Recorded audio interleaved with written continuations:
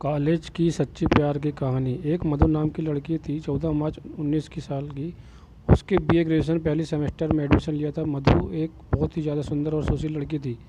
मधु बिना फालतू में किसी से कोई बातचीत नहीं किया करती थी, लेकिन बहुत सारे लड़के उसकी शराबत बहुत ज़्यादा फ़ायदा उठाते थे और उसे कॉलेज में बहुत ज़्यादा परेशान किया करता था। एक दिन की बात है, मधु कॉलेज के गेट से कॉलेज अंदर जा रही थी। रास्ते में उसके सीनियर लोग मिल जाते हैं। जिसके सीनियर लोग मिलते हैं, नोटों को तुरंत ही अपने पास बुला लेती हैं। मूवी देखने में ज़्यादा चंचल और सुशील लगती थी। देखने में जैसे ही मधु अपने सीनियर के पास जाती है तो मधु अपने सीनियर से कहती है कि क्या बात है, बताइए। उसका सीनियर कहता है, क्या तुम्हें एबीसीडी लिखने आती है? तो मधु कहती है कि अगर मुझे एबीसीडी लिखने आती तो मैं कॉलेज में कैसे पहुंच पाती। इतना सुनते सीनियर लड़के और लड़कियों को बहुत ज़्यादा गुस्सा आ जाता है। वो बुरा भला मधु को कहने लगते हैं। तभी मधु के क्लास का उसी के समस्या का एक और लड़का मधु पर नज़र पड़ती है, जिसे वह लड़का देखता है, जिसका नाम रमेश था। रमेश ने देखा कि उसकी क्लासमेट मधु को सीनियर लोग मिलकर उसे छेड़छाड़ तथा उसकी रैगिंग कर रहे हैं। यह देखकर रमेश को रहा नहीं गया, सीनियर के पास जाता कहता है कि यह जो कर रहा है गलत है। किसी भी लड़के को इस पर परेशान नहीं करना चाहिए, अच्छी बात नहीं है। उसके बाद सीनियर लड़के तो रमेश में काफ़ी ज़्यादा जमा हो जाते हैं और आखिरकार रमेश मधु को अपने साथ लेकर कॉलेज में अंदर जाना चाहता है। मौजूदा रमेश क्लास के बाहर निकलते हैं। रमेश से मधु कहती है, कॉलेज में जो लड़की मुझे परेशान कर रहे थे, मुझे उससे बचाने के लिए आपका शुक्रिया। तभी रमेश कहता है कि ऐसी कोई बात नहीं है, तुम्हें मुझे शुक्रिया करने की ज़रूरत नहीं है, क्योंकि तुम मेरी क्लासमेट हो, तुम्हारी सुरक्षा और रक्षा करना मेरा फ़र्ज़ है। इन सभी बातों को सुनकर मधु को रमेश पर काफ़ी ज़्यादा प्यार जाता है। तब कॉलेज मधु और रमेश दोनों साथ साथ जाते हैं। साथ ही कभी बताते, रमेश को पता था कि कॉलेज में बहुत सारे लड़के होते हैं, एंजॉय जूनियर लोकेशन लड़कियों की रैगिंग करते हैं। अब तो रमेश मधु को कहता है कि तुम अगर पहले आ जाओ तो कॉलेज तुम लोगों को अंदर मत जाना, मेरी इंतज़ार करना बाहर है। जब मैं कॉलेज जाऊंगा तब मेरे साथ अंदर चलना। इसके बाद किसी भी कॉलेज के अंदर तुम्हें कोई भी परेशान करने की हिम्मत नहीं होगी। दोनों ऐसा करते हैं। जो कॉलेज पहले आता था उन्हें इंतजार करना पड़ता था दूसरे के लिए।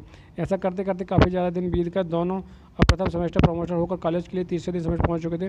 दोनों एक दूसरे से मिलते रहते थे। 1 साल से ज़्यादा हो चुके थे। दोनों आप मोबाइल से बात किया करते। दोनों की काफ़ी ज़्यादा मित्रता और बेहद ही ज़्यादा गहरी मित्रता कॉलेज की।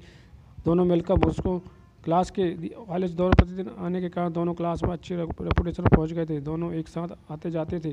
क्लास के बहुत सारे लड़के लड़कियाँ दोनों के बारे में बहुत ज़्यादा गलत शब्द पता करते थे।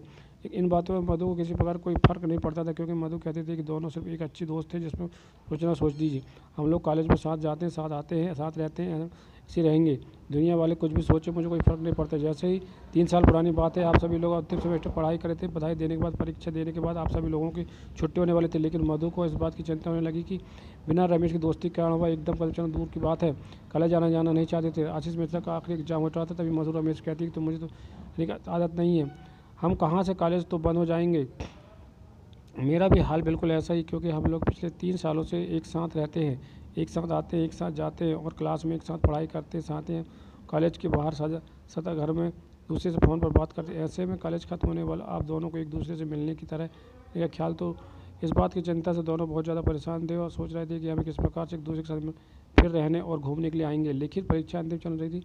परीक्षा देते समय शाम हो चुके थे। मधु और राकेश की शाम कुछ ज़्यादा खास बातचीत नहीं हो पाई थी, क्योंकि मधु कॉलेज लेने के लिए पापा आ चुके थे। जैसे ही वह गोरे से पैसा लेकर निकली, पापा के साथ मोटरसाइकिल पर बैठकर अपना घर चले जाती थी। घर जाते ही मधु काफ़ी ज़्यादा अफसोस आया कि वह अपने पुराने सबसे अच्छे मित्र से कुछ बात नहीं कर पाई। फिर मधु अपने घर वालों से इधर उधर जाने का इंतजार करती रही। जैसे ही घर वाले, मधु अपने कमरे में जाती और राकेश को फ़ोन करती। जैसे ही फ़ोन करती तब एक में राकेश फ़ोन उठा लेता, कहता है कि मुझे पता था तुम फ़ोन ज़रूर करोगी। इसके बाद तो कहती है, मुझे माफ़ कर दीजिए, मैं कॉलेज में आपसे ज़्यादा बात नहीं कर पाई, क्योंकि मेरे पापा गए थे मुझे लेने के लिए, बोल रहे थे जल्दी घर चलो, मुझे बहुत सारा काम है, मुझे आपके बिना बिल्कुल भी मन नहीं लग रहा है। उसके बाद राकेश भी कहता है कि मुझे भी और मेरे दिल में बाहर भी कुछ ऐसा ही है। मधु कहती कि लगता है दोनों को प्यार हो गया, अब हम दोनों एक दूसरे के बिना नहीं रह सकते। जैसे जैसे भव्य बीत रहा वसीम उसे दोनों दूरियाँ, दोनों की मजबूरियाँ बन गई, क्योंकि दोनों बिना कॉलेज के एक दूसरे के मिल नहीं पा रहे थे। अब तो दोनों की व्हाट्सएप कॉलिंग तथा ऑडियो कॉलिंग पर भी ज़्यादा बातचीत हो रही थी। एक समय ऐसा था 24 घंटा बात किया करते थे, क्योंकि उसके बिना 1 मिनट भी दोनों में से किसी एक का भी मन नहीं लगता था। उसके बाद एक दिन मोरोगे, क्या हम लोग इस तरह फ़ोन पर ही बात करते रहेंगे?